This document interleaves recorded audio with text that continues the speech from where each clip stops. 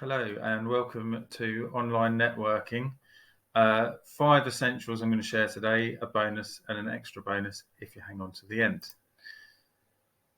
So if you look on the banner below, if you can subscribe to the channel if you're not already subscribed, and hit the bell button will notify you of any videos that get uploaded as we go on with more tips and tricks and guides.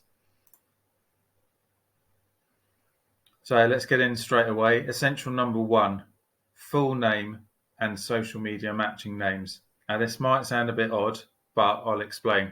So I co-host a hybrid property networking event every month. And I see this time and time again where not just on that event, but loads of other online events that I attend as well, where people turn up and they've only got their first name on. Now, I can't look at their social media. I can't find out what they do. I can't connect with them just with their first name. So Sarah, if I want to connect with Sarah because I found her story interesting, or maybe she provides a service that I need to find out a bit more about, or I could use for my business, she's missing the point here.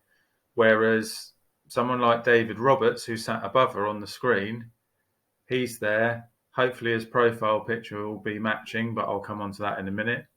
But if I look up David Roberts, I might be able to find him. If I know some other bits and pieces about him, then that's great as well. Also, if he's put anything into the chat, which again I'll come on to in a minute, it's the whole idea of networking online is to make it as easy as possible for other people to connect with you.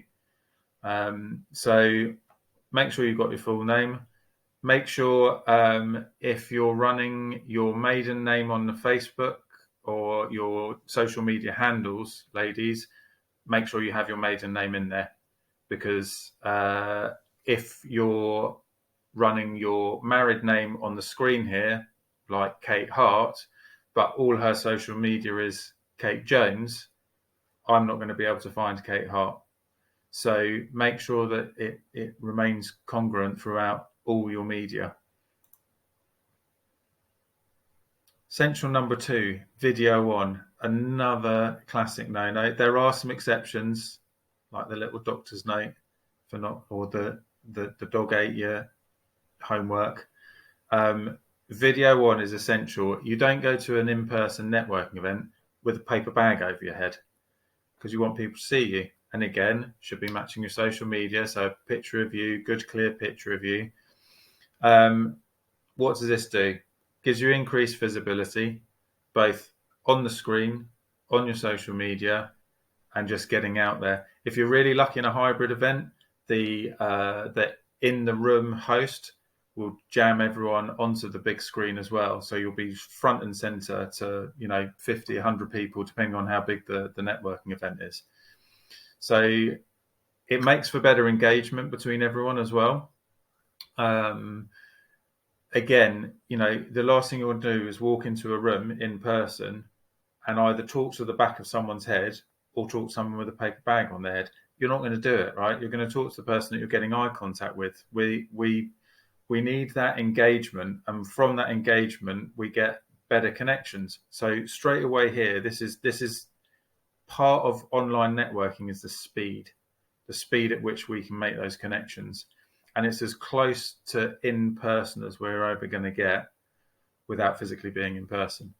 So how you'd behave in person should be how you behave here. So getting that eye contact, being on screen, being present, being in the moment, and sharing those engagements and connections. Now I'm coming back to the profile picture. So if your screen is off for whatever reason, and again, I'll come on to that in a minute, you've got options. So in this particular instance, I'm going to use Zoom as an example. So when you turn the camera function off on Zoom, you have 2 options. You're either going to have a blank black screen, which just has your name, whatever name you've put in. So if you're like Sarah, it will just be a black screen and say Sarah. You've got no chance of making any connections whatsoever.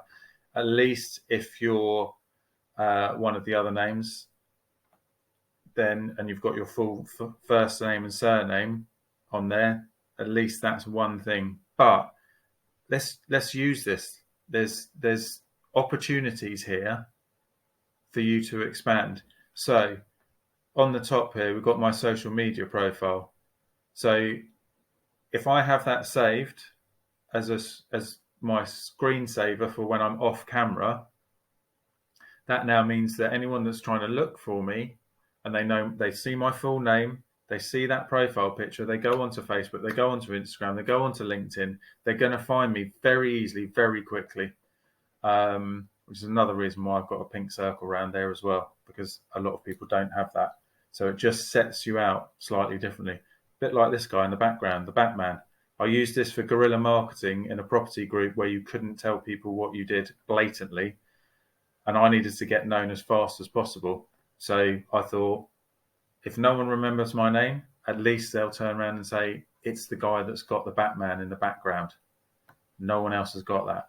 So it's a little tip there for you.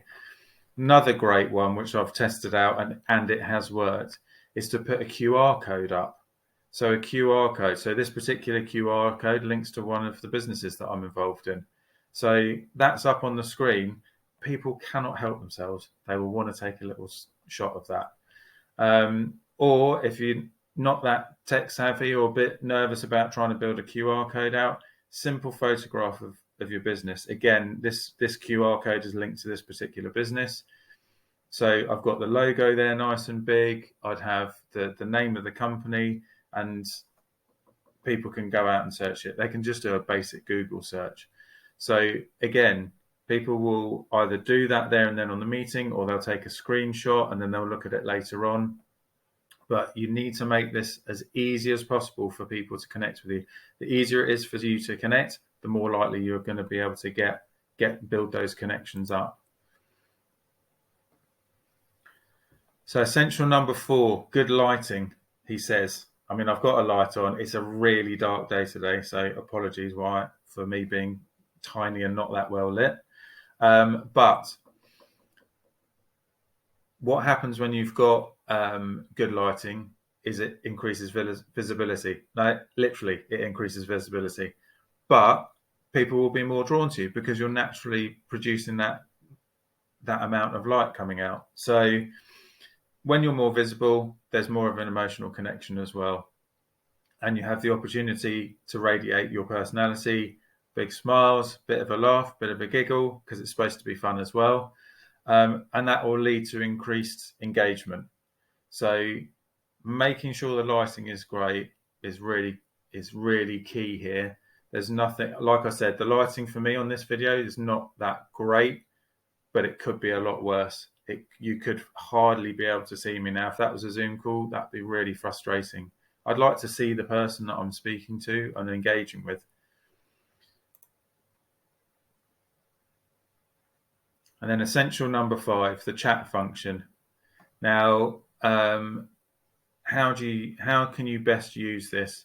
Again, going on to the Zoom side of things, there's at the bottom of the page, there's a little box that says chat. You click on that and it opens up a little box in the middle of your screen. Gives you the opportunity to engage with the host, engage with the speakers, and engage with other attendees. And this is where it really kicks in, because if you've got your screen off, then you can explain why you've got your screen off. Maybe you've got kids that are climbing all over you, or your pets, or maybe you're cooking dinner. That's fine. Little jot in the chat box, and you're engaging with others. So give an explanation why your camera's off. And again, you can use it to further connect. This is where I'm going to give you a couple of extra bonuses in this one. So what can you share in the chat? Your contact details. Even if you've got it on the photos, throw it in the chat as well. Maybe a Calendly link if you've got Calendly, and I'll do a video on that and on Linktree at some point. But if you've got a Calendly link and you just want to book in 10-15 minute quick fire calls, get chatting to people one-to-one, because you prefer one-to-one in a small, more private space, drop it in there. You can message everyone directly in the group. So again, on Zoom, put a chat in, it goes out. Everyone can see it and the host can see it. But if you've got someone, maybe someone said something on the chat and you thought, oh, I really want to connect with that person specifically, there's a drop-down menu. In that drop-down menu, you can go to their name. It will match the name that they're on the Zoom with. So you can double check it's the right person. Send the message. Maybe it'd be great to connect. So it really resonated what you just said. Maybe we could book a call or a follow-up or however you want to phrase it and however you would phrase it. But you've got that option to connect then. And share your link tree. If you don't know what a link tree is, it's a Linktree link. You can, you can add all of your social media. You can add URLs, basically of websites, all kinds of stuff. Calendly link in there. So it's great to have any of these links ready just on a Word document, so you can copy and paste it straight in, and you know that you've got it right. Again, Linktree, I'll do a little video on Linktree at some point. I'll get that up there. It's a fantastic tool for networking, really, really great. And you can chop and change things around, but that's another video for another time. But right now, I've got a second bonus for you for holding on this long. If you don't know this already, at the end of a Zoom call online, when you're in one of these networking meetings, click on the chat function. When the chat comes up, in the top right-hand corner, there's 3 little dots. Click on those dots and you'll have a drop-down menu. And at the top, it says Save Chat. If you save the chat, it saves all the chat that's gone on during that meeting. That's been visible to everyone. So your private conversations one-to-one won't be saved, but your chats to everyone will. So if everyone's put their contact details in, you've just got all those contact details in one go, instead of furiously trying to put them into phones or into a spreadsheet or whatever it is that you do. So grab that and it saves onto a Zoom folder onto your device. So you can then go back to it and then import it later. So, but make sure you do that before the Zoom before the Zoom's ended, because once it's ended, it's gone. And unless someone else has done it, it's going to be tricky to get hold of the stuff. So thanks for watching, and hopefully you've either learned something new or it will encourage you to participate a bit more in your next online networking event. And you've got an extra bonus now, because you've got the opportunity by watching this to actually expand your network right now by scanning the QR code, or you can visit businessdriven.world and click on step 1. Takes you through to our Business Driven Community Facebook group. There's over 650 people in the group at the time of recording this. Lots of different business owners. It's a great place to come and engage. And like I said, expand your network. So, and if you find our guides helpful, I mentioned it at the beginning, but I'm going to mention it again now. We'd really like to grow this channel, and you can help us do that by subscribing to the channel. And if you'd like to hit a bell, you'll get a notification when the new videos are uploaded as well. So once again, thanks very much for watching. Until the next one.